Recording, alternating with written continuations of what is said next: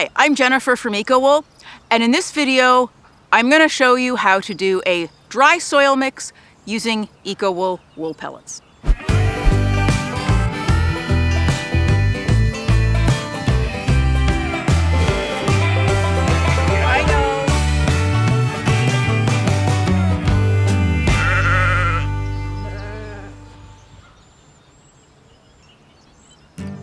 So what I have here is I have 4 cups of standard potting soil, whatever it is you'd like to use, and I'm going to put this into my bowl.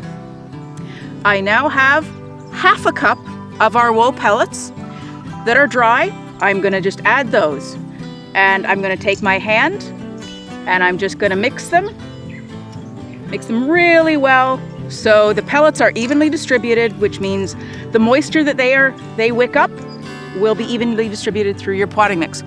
And now it's ready to be used.